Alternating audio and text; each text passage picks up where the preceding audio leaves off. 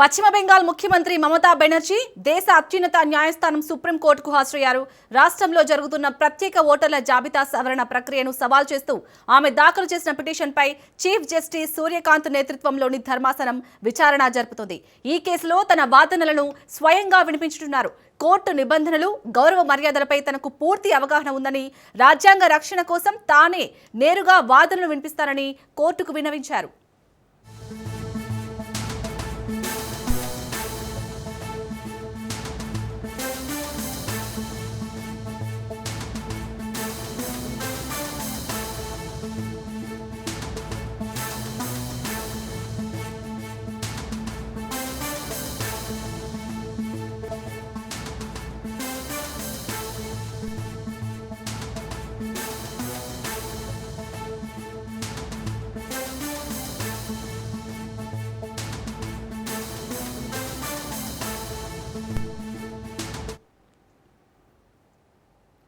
Right, ఇక SIR పై సుప్రీంకోర్టులో మమతా బెనర్జీ ఎలాంటి వాదనలు వినిపించబోతున్నారో దీనికి సంబంధించి పూర్తి డీటెయిల్స్ ని మా బ్యూరో చీఫ్ రాజ్రెడ్డి అందిస్తారు. రాజ్రెడ్డి, అయితే పశ్చిమ బెంగాల్లో ప్రభుత్వం ఈ సంవత్సరం మే నాటికి ప్రభుత్వ గడువు ముగుస్తుంది.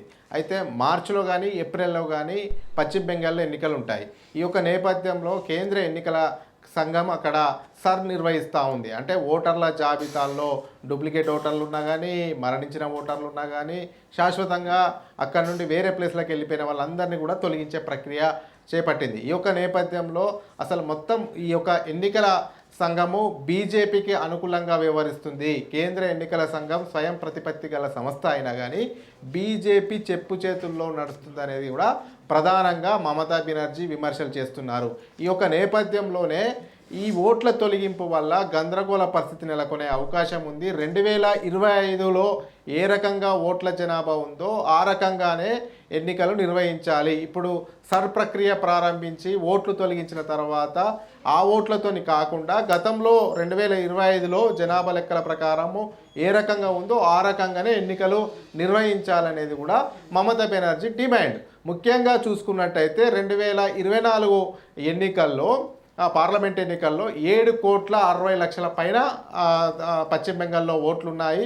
ఇప్పుడు మనకు అందుతున్న సమాచారం ప్రకారం దాదాపు 58 లక్షల ఓట్లను పశ్చిమ బెంగాల్లో తొలగించినట్లు సమాచారం తెలుస్తుంది.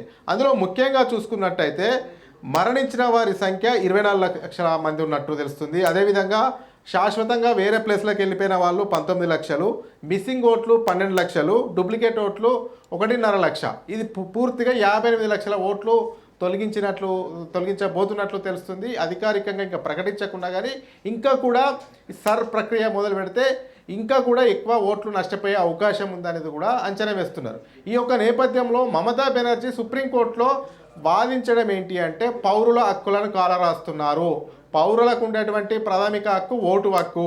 ఈ ఓటు హక్కును కాలరాసే విధంగానే ఈ ప్రక్రియ ఉంది. ఈ అనేది ఎన్నికల సంఘం చేస్తూ ఉంది. ఈ ఎన్నికల సంఘం బీజేపీ చెప్పు చేతుల్లో ఉంది. బీజేపీ చెప్పినట్టే వింటుంది. అదేవిధంగా ఏవైతే వ్యతిరేక ఓట్లు ఉన్నాయో ఆ వ్యతిరేక ఓట్లనే తొలగించే అవకాశాలు ఉంటాయి. ఈ ప్రక్రియ అనేది పూర్తిగా న్యాయబద్ధంగా జరగట్లేదు, చట్టబద్ధంగా జరగట్లేదు, ఇష్టానుసారంగా చేస్తున్నారు. ఇదంతా కూడా బీజేపీకి అనుకూలంగా ఉండే విధంగా చేస్తున్నారు అనేది కూడా మమతా బెనర్జీ వాదన వినిపిస్తుంది. అయితే మమతా బెనర్జీ ఇది ఒక పశ్చిమ బెంగాల్ మట్టుకే కాకుండా దేశవ్యాప్తంగా ఎవరికైనా నష్టం జరిగే అవకాశం ఉంటుంది. ఎందుకంటే కేంద్ర ఎన్నికల సంఘం స్వయం ప్రతిపత్తి గల సంస్థ అయినప్పటికీ కూడా అది నిర్ణయం స్వయంగా తీసుకోవట్లేదు. దీని వెనకాల బీజేపీ ఉండి నడిపిస్తుంది అనేది కూడా ఆమె ప్రధానంగా ఆరోపణలు చేస్తుంది. ఈ యొక్క నేపథ్యంలోనే ఈ అన్ని అంశాలను కూడా సుప్రీంకోర్టులో స్వయంగా అడ్వకేట్ అయినటువంటి మమతా బెనర్జీ, పశ్చిమ బెంగాల్ ముఖ్యమంత్రి, MA LLB చదువుకుంది ఈమె ఈ యొక్క ప్రక్రియ పైన వాదనలు వినిపించడానికి సిద్ధమవుతున్నారు. అందులో భాగంగానే సుప్రీంకోర్టుకు ఇప్పటికే చేరుకున్నారు. సుప్రీంకోర్టు వద్ద కూడా భారీగా పోలీస్ బందోబస్తును మోహరించారు. ఎందుకంటే ప్రక్రియ గురించి పూర్తిగా ఆమె ఒక అడ్వకేట్గా వాదనలు వినిపించబోతున్నారు. సాక్షాత్తు పశ్చిమ బెంగాల్ ముఖ్యమంత్రి, ఇతర పార్టీ వాళ్ళు కూడా వస్తారు కాబట్టి ఉద్రిక్త పరిస్థితులు ఏమాత్రము చోటు చేసుకోకుండా సుప్రీంకోర్టు వద్ద భారీ బందోబస్తును అయితే ఏర్పాటు చేశారు. ప్రక్రియ వల్ల ఎన్నికల్లో నష్టం జరిగే అవకాశం ఉంది, బీజేపీకి అడ్వాంటేజ్ అయ్యే అవకాశం ఉంది అనేది కూడా కోర్టులో ఆమెను వాదన వినిపించి అసలు ఈ సర్ ప్రక్రియ అనేది రాజ్యాంగ విరుద్ధంగా జరుగుతుంది, పౌరుల హక్కులను ప్రజల హక్కులను కాల రాయడానికే ఈ యొక్క సర్ ప్రక్రియ జరుగుతుంది అనే అంశాన్ని ఆమె పెద్ద ఎత్తున తీసుకెళ్ళి ఈ యొక్క సర్ ప్రక్రియను నిలిపివేయాలి అనేది కూడా ఒక వాదనలు అయితే సుప్రీంకోర్టులో వినిపించడానికి సిద్ధమవుతున్నారు. Shalini. Right, thank you Raj Reddy.